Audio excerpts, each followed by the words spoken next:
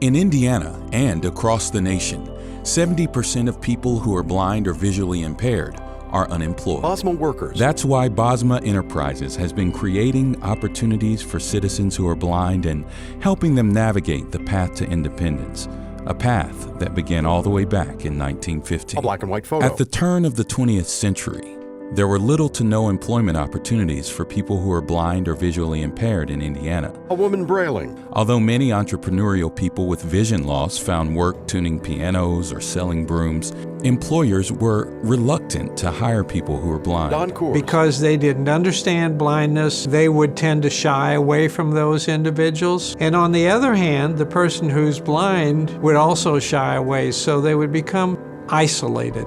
Workers at sewing machines. In 1915, Bosma, then known as the Board of Industrial Aid for the Blind, arrived on the scene to fulfill the state's needs to rehabilitate its citizens who are blind, providing them with work skills in hopes of leading them towards a job in the community. At the time, it was the only organization of its kind in Indiana.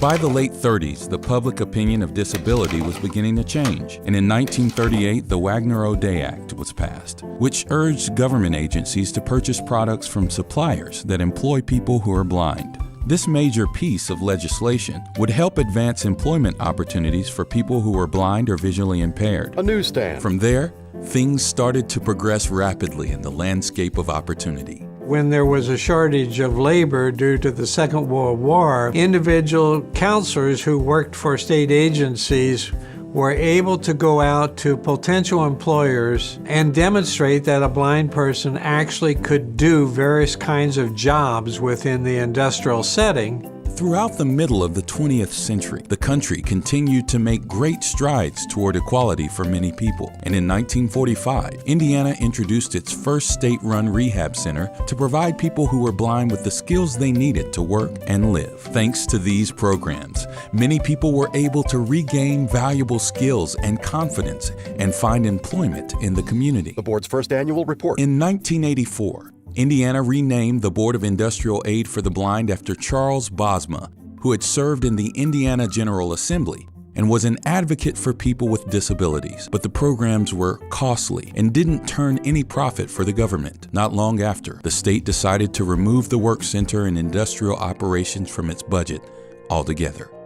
Without funding, the center was slated to close its doors for good. A two-story brick building. So it was like, it's dead unless somebody wishes to pursue it. Brian had obviously a keen interest in that because its namesake was his father. So Brian actually took the initiative to try to reach out and gather prominent people in the city of Indianapolis to comprise the board of directors. These folks just had some grit and good old stick-to-itness, and they persevered, and we are where we are today because of that. Saved from the brink of closure, Bosma Industries for the Blind looked toward its new future as a private, not-for-profit agency. But with no money or income, the organization faced a long, uphill battle. The primary piece of business they were dealing with was, can we meet next week's payroll? Are we going to be able to keep the doors open? Finally, after years of struggling to secure support and job opportunities,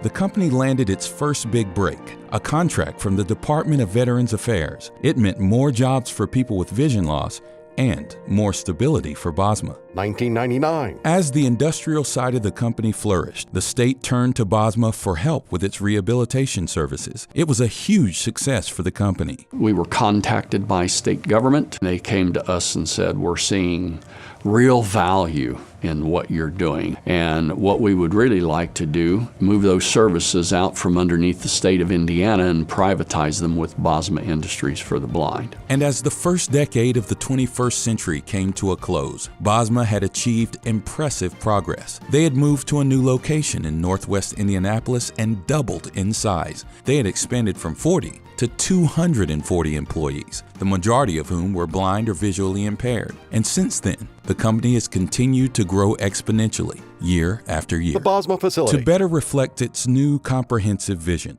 Bosma Industries changed its name in 2006 and became known as Bosma Enterprises. In 2009, The Bosma Visionary Opportunities Foundation was established to raise support for Bosma's training and employment programs, allowing the organization to expand its rehabilitation efforts and serve more Hoosiers with vision loss. And if people give to the foundation, all that money goes to support programs. Today, Bosma is Indiana's leading expert and resource for issues surrounding blindness. Glove packaging, warehousing services, and hearing aids are just a few of the new lines of business we've developed to serve our mission, and we continue to seek new ways of doing so. And we've had a great impact on the community of people who are blind or visually impaired, and we think we've had a significant impact on the sighted public about the abilities of people who are blind or visually impaired.